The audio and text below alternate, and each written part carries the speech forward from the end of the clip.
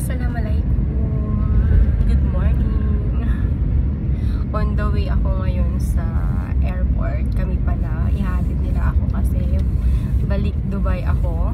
And for 1 month lang naman, mababakasyon na. At saka may maayos sila akong mga documents. Kasama ko si Bunso, si Kuya na inaantok pa. Si Bunso hawak-hawak niya pa yung rinap namin na sandwich kasi nga nagmamadali na kami kanina, hindi na ako nakapag-breakfast. From Abbottabad to Islamabad Airport, it takes like 2 hours or 2.5 hours drive. Sabi ko mas maaga kami ngayon kasi daytime yung flight, baka madaming tao ngayon sa airport. Pero kasi last time gabi, so mabilis lang, wala pang 1 hour nasa na ako, boarding gate na ako. Ganun kabilis dito sa Islamabad Airport. Pa-expressway na kami at napakatahimik na nga nila, lalo na ang kuya na naiiyak na naman kanina at si Habi na chill lang naman, pero papunta pa lang ako ay pauwi nang sinasabi. Kailangan na muna namin mag-stop over to eat at makapag-washroom na rin. Stop over muna, mag-washroom time, and kakain din yung mga bata. Mag-take away na lang siguro kami kasi wala nang time. Ito yung washroom na magbabayad ka ng 50 rupees. Sabi ko kay Habi, meron namang washroom sa may McDonald's. So bakit dito ako sa may bayad pa? Tapos ang sabi niya, para daw hindi ko sinasabi or sabihin naman na walang malinis na washroom dito sa Pakistan sa may expressway nila. After mag-washroom ay pinuntahan ko na sila dito sa McDo at si Kuya naiwan naman sa sasakyan. Tapos na nga mag-order si Habi at si Bunso ay binigyan pa ng free sundae na super cute size. Nahulog pala niya yung unang bigay kaya pangalawa na yan. Which one you ordered for me? I've ordered this one. This one I've ordered. Walaikum salam.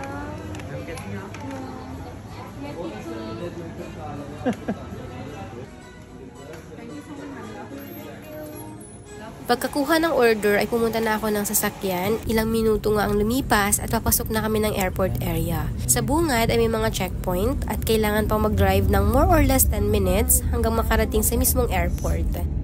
Napakaganda nga ng airport area nila dahil malawak ang kalsada, madaming tanim na puno at bulaklak. Napakalawak din ng outdoor parking area nila at wala talagang traffic dito.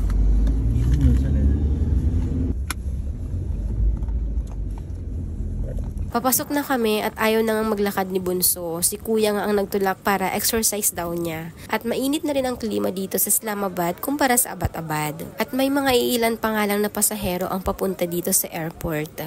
Para sa kaalaman din ng lahat, Pakistan have a total of 42 airports, 14 ang international airports, at ang Islamabad, Lahore, Karachi ang tatlo sa pinakamalaking airport ng Pakistan. Malayo din siya sa mismong Islamabad City kaya wala talagang traffic papunta dito. Walang bahay o building sa paligid. Parang hindi ito international airport like sa atin sa Naiya na sa bungad pa lang ay napakadami ng tao.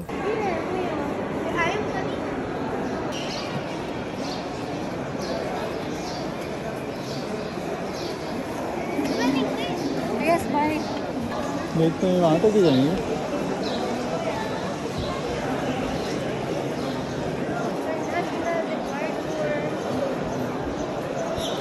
Open ang check-in counter for Dubai flight kaya pwede na akong pumasok. At hanggang dito na lang din si Habi at mga bata. Hindi na kami masyadong may emosyon ngayon kaysa nung first time kong umalis papuntang Dubai. Lapis! Be good boy, okay? See you after month! Okay, I'm going show! So, may separate sila for ladies. Kaya dito ako mag-check-in. Ayan. PK211 ang aking flight. Kunti lang kami nakapila. Dito ako sa area na to. Meron naman akong Pakistan origin card. Kaya mabilis lang yung transaction sa akin. Wala nang masyadong madaming tanong-tanong kahit foreigner ka. Pakita mo lang yung ID tsaka yung passport mo, kalas. Hindi ko lang alam sa mga Pakistani nationals kung nahihirapan ba sila. Pero sabi naman ni Habi is also same process lang din. Kaya hindi siya ganun ka-complicated. Yung tugtog dito sa airport nila is My Heart Will Go On. Ang lakas maka-Titanic. Tanghaling tapat, parang inaantok na yung mga staff tsaka passengers gawa ng tugtog nila. This is my second time na magka-flight ako from Pakistan to Dubai. So napakabilis na ng transaction kahit nung last na night trip ako that time. So, tinanong lang nila ako yung about my visa in Dubai. Sabi ko, mayroon akong ID, UAE ID, at the same time, TOC. Kaya hindi pa makapaniwala yung Sabi niya, oh talaga? So, ibig sabihin, how long you're staying here in Pakistan? Sabi ko naman, mga 2 years na. So, pabalik-balik na lang ako dito. Sabi niya, kung magaling na akong mag-order, sabi ko no. Maliit, tora-tora. Dito ako pumila sa foreign passport. Yan. So, papunta na ako ngayon sa boarding gate. Grabe, 30 minutes lang lahat yung transaction ko. Dumating kami dito ng mga 11:30. Tapos, 11:55 pa lang. So, wala pang 30 minutes. Tapos na ako sa check-in. Tapos na ako sa immigration. Dapat pala, nag-stop over na lang muna ulit kami sa mga makakainan sa labas. Para mas matagal ko pa makasama yung mga bata.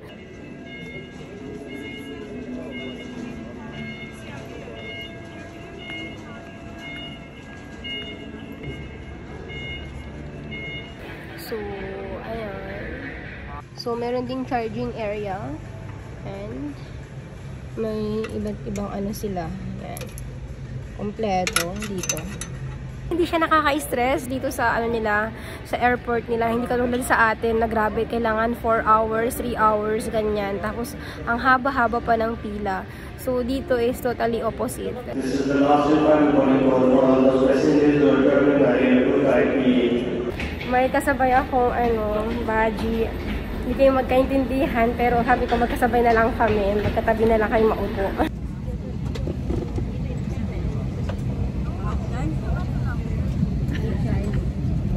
Dahil palaging gabi ang flight ko from Pakistan to Dubai and vice versa, ay ngayon ko lang talaga matatanaw ang buong paligid mula dito sa taas. At mabuti na lang din whenever nagre-request ako to be in window seat ay lagi ako napagbibigyan. At dito, dahil priority ang mga ladies at families, ay pwede kang mag-request sa mga cabin crew anytime kung gusto mong katabi ay babae din. This is the food, okay sa panlasa ko kaya naubos ko yan lahat. And yes, after almost 4 hours flight, I'm here in Dubai International Airport.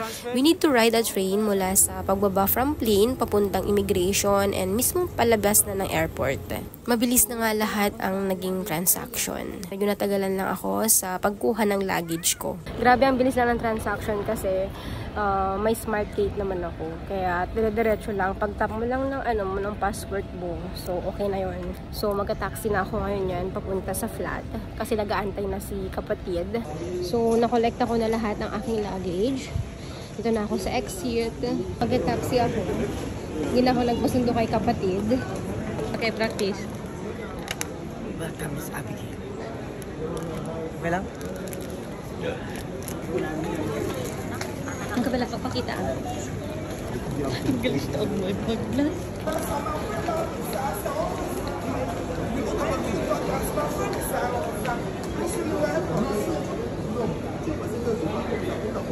Uy!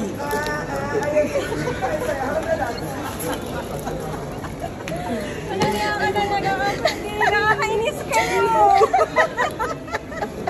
Kaya ba ang video tapos umabot? Inintay ko pa naman, sabi ko, Ray, maghihinto pa ako, mag-taxi na ako. Ganon. Nagpa-vlog pa naman ako, akala ko hindi na nila ako susunduin. Aba, may pa-flowers ang kapatid at ang madam. Yung banner. Miss you, kapatid. Ay, miss you, kapatid. Ay, madam, ang ganda mo, madam. Ang ganda. Nasurpresa talaga ako doon ni na kapatid. At eto na nga, bago umuwi ng flat, ay may malapit na Jollibee sa amin. Super na-miss ko din si Jollibee and iba din yung feeling talaga. Parang nasa Pinas na rin ako. Mga kapwa Pinoy na ang mga nasa paligid ko. Ayun, kain na muna kami hanggang sa muli. Allah Hafiz.